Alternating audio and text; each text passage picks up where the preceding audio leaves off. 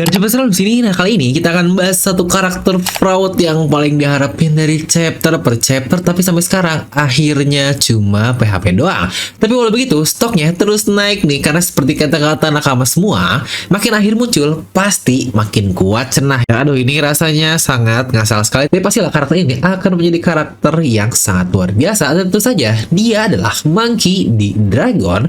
Dan seperti biasa, sebelum lanjut video ini, jangan lupa untuk subscribe dan nyalakan bel notifikasinya ya. Serta tonton juga video ini sampai habis agar tidak ada informasi yang miss dan juga setengah-setengah. Nah, mari tanpa basa-basi lagi, kita langsung saja. Wadaw. Those stories, I'm a fool for your love.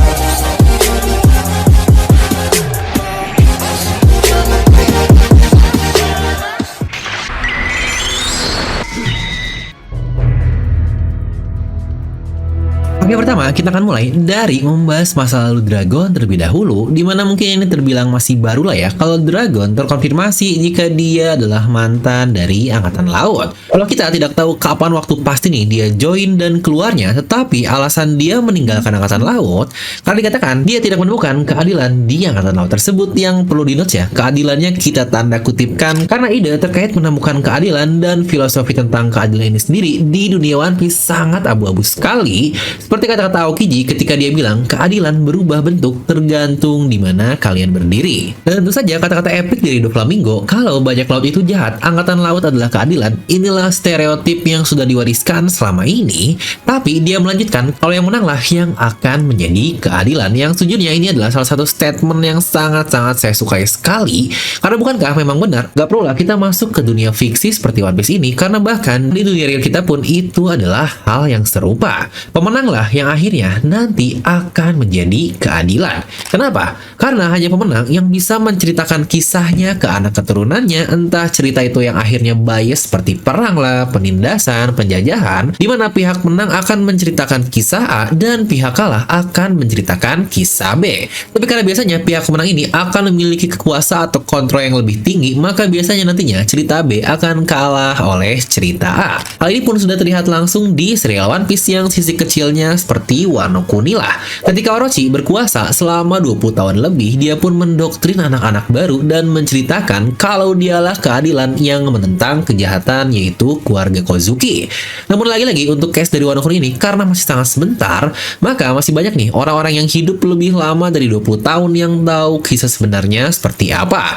Nah, yang lebih parah adalah untuk case dari pemerintahan dunia yang sudah berjalan selama 800 tahun lebih. Bukankah sangat wajar keadilan dalam tanda kutip tadi yang mungkin diciptakan oleh Imu akhirnya menjadi sangat bias? Karena hal inilah yang akhirnya dilihat oleh Dragon dan dia pun akhirnya merasa oke, kemanusiaan dan keadilan tidak terlihat di Angkatan Laut. Di sisi lain, kakek Luffy, Garp, dia ingin sekali Luffy dan Ace untuk menjadi Angkatan Laut yang kuat, yang tentu saja ini pasti akan menjadi salah satu alasan nih kenapa Dragon awalnya menjadi Angkatan Laut pasti disuruh oleh Garp ini. Yang entah Garp ini ingin Dragon mengubah Angkatan Laut dari dalam atau bagaimana, tapi mungkin Dragon merasa itu adalah hal yang sangat sulit dan sudah sangat tidak bisa. Makanya akhirnya dia memutuskan untuk keluar dari Angkatan Laut. Nah, inilah yang akhirnya menjadi awal mula dari pasukan Freedom Fighters yang dia bentuk, dimana hal paling lama yang kita lihat adalah dari flashback Kuma, dimana dia langsung mengidolakan apa yang Dragon lakukan karena melawan pemerintahan dunia dari segala hal tentang kekorupannya. Yang menarik adalah segala hal yang diberitakan tentang Dragon jika dia adalah ternyata seorang pasifista yang sebenarnya, alias pencinta kedamaian dan membenci kekerasan. Samalah seperti kata-kata Vegapunk kepada Dragon, kalau bukankah kau sangat membenci peperangan, yang dia pun sangat bingung ketika Dragon menciptakan atau membentuk pasukan revolusioner. Nah, di mana awal Freedom Fighter ini terbentuk, mereka hanya menyediakan suplai dan memberikan fondasi perang, itu pun menggunakan senjata untuk negara-negara yang hanya ingin memberontak, yang akhirnya ingin menggulingkan kerajaannya sendiri, atau dalam kata lain yang berhubungan dengan pemerintah dunia. Dimana dalam kata lain juga mereka hanya bergerak dalam bayangan, yang sebenarnya ini pula adalah cara kerja dari pasukan revolusioner. Mereka hanya bergerak jika lagi-lagi rakyatnya ingin bergerak. Dan sepertinya dalam beberapa waktu di antara Freedom Fighter yang terbentuk, Dragon akhirnya dia bertemu dengan Ivankov, yang akhirnya pasti nih Iva pun memberitahu kepada Dragon tentang keberadaan dari Kuma, dan diajaklah Kuma yang yang dari situ organisasinya berubah nama menjadi Revolutionary Army atau pasukan revolusioner. Di mana timeline terlama yang kita ketahui adalah di 25 tahun yang lalu saat Kuma melihat koran dari Dragon, tapi saya yakin mungkin sudah ada nih dari 5 tahun sebelumnya, ya sekitaran 30 tahun yang lalu, yang berarti Dragon sekiranya meninggalkan angkatan laut di usia 25 tahunan. Dan pasca Ohara lah dia semakin yakin untuk oke, sudah saatnya kita bertindak karena pelan-pelan dunia ini sudah semakin kacau dan sudah saatnya kita membentuk pasukan yang dapat bertarung. Ya benar, seperti perkataannya kepada Vegapunk, lihat saja Vegapunk, aku akan mengubah dunia ini.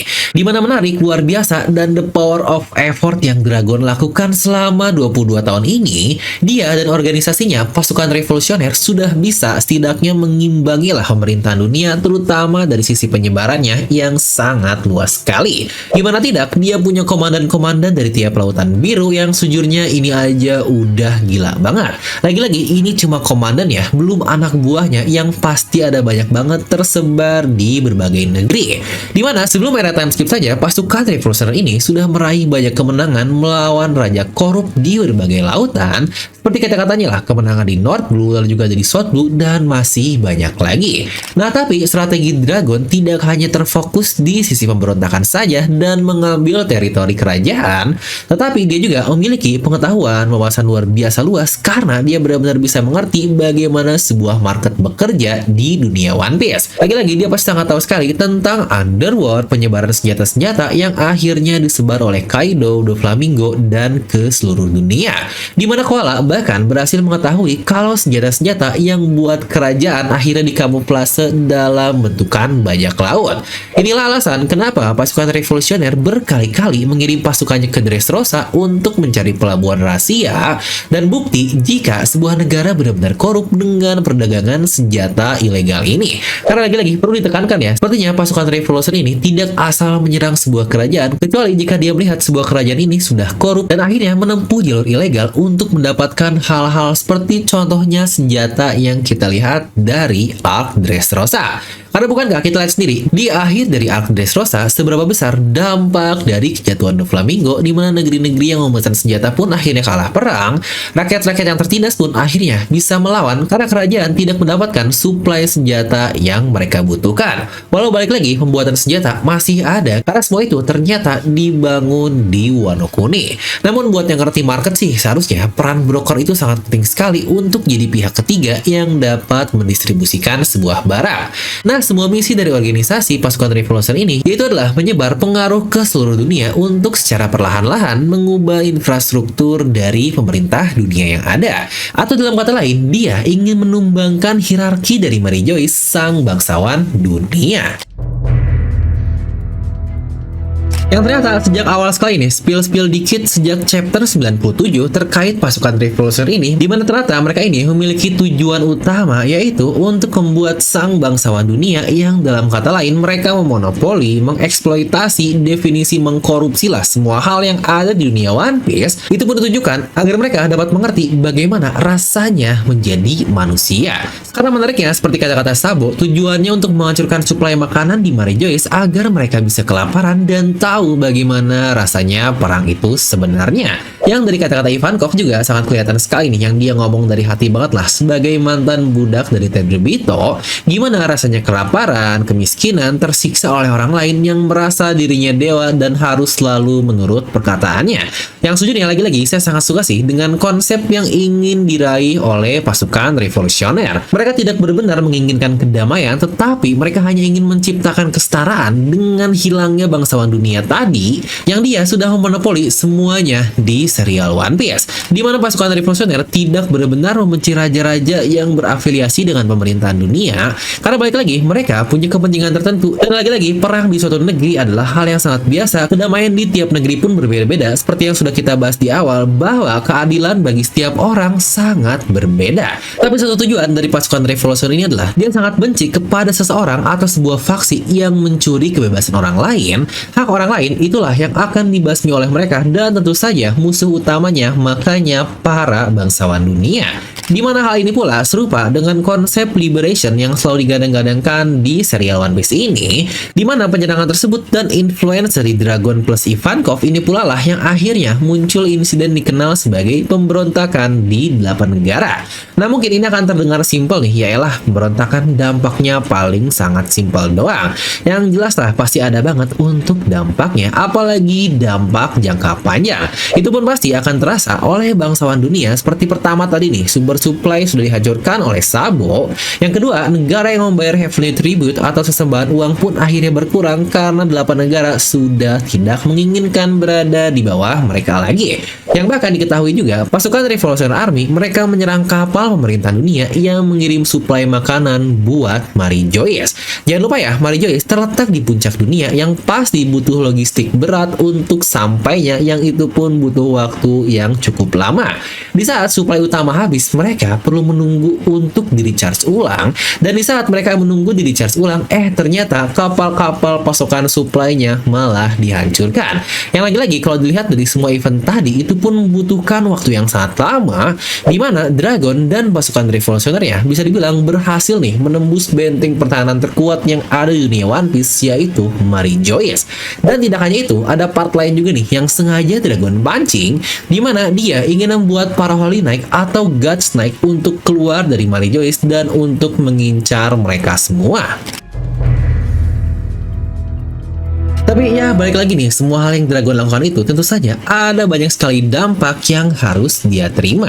Dia pun akhirnya kehilangan Jinny, Kuma, hampir kehilangan Sabo, dan sekarang Vegapunk. Ya dimana ini adalah momen kenapa dia disebut sebagai fraud, karena teman-teman, sahabat-sahabatnya dalam bahaya, dia cuma nonton doang, tidak membantu apa-apa. Walau begitu, dunia benar-benar sedang menunggu jawaban dari Dragon apa yang sebenarnya dan kapan dia akan benar-benar mulai beraksi. Dan satu hal misterius nih, tentu saja apa yang Shaka katakan kepada Dragon selain cuma bilang kalau dia bakal mati, menurut saya ada satu hal mencurigakan juga nih yang pasti dia sampaikan sebelum kematiannya. Serta apa juga reaksi dari Dragon ketika dia mendengar kata-kata terakhir Vegapunk dan kebenaran tentang dunia ini.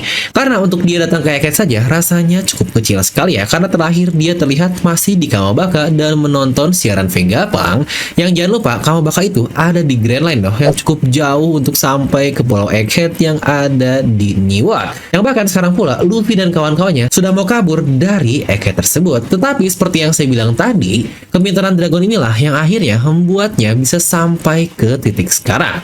Well, lagi-lagi alasan kenapa dia dibenci pun sangat masuk akal sekali sih, mengingat ini serial shonen yang harus segala bak big book nih tanpa pikir panjang, terobos terus pokoknya.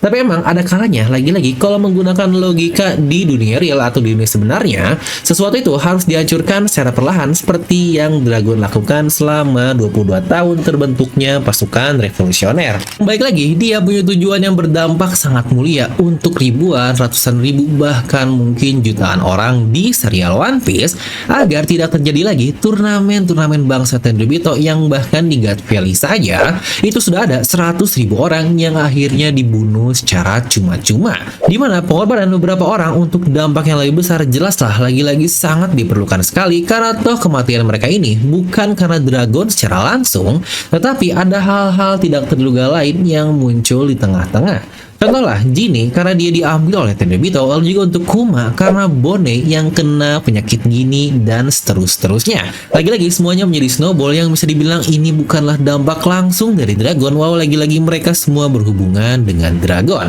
Ya tapi karena sekarang sudah masuk ke fase terakhir dari pasukan revolusioner, karena tujuannya pun sudah di ujung, yaitu tentang Mary Joyce, dimana bangsawan dunia dan sebagainya pun, maka sudah memang waktunya bagi Dragon untuk bergerak. Dan prediksi saya lagi-lagi sudah jelas lah ya, Elbaf akan menjadi tempat pertarungannya.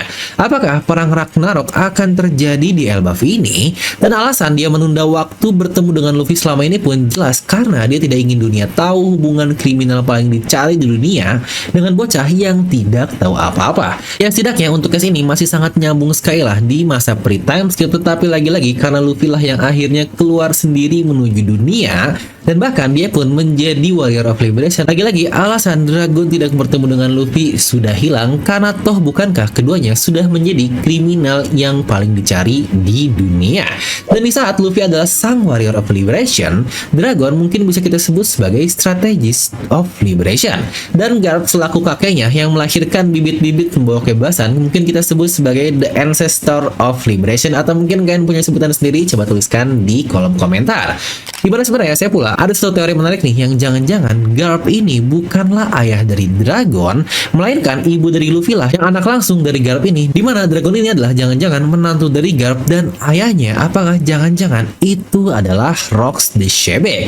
Dimana bahasan lengkap tentang satu teori yang sangat mind-blowing ini sudah pernah saya bahas di video terpisah, bisa kalian tonton dengan klik kartu di atas kanan. Nah, jadi itu untuk video kali ini. Kalian bisa tuliskan pendapat kalian di kolom komentar di bawah. Dan seperti biasa, semoga kalian terhibur dengan video ini. Like aja kalian suka, dislike aja kalau suka. Jangan lupa untuk subscribe dan juga share ke teman kalian. Gue Devela pamit, and I'll see you guys next time.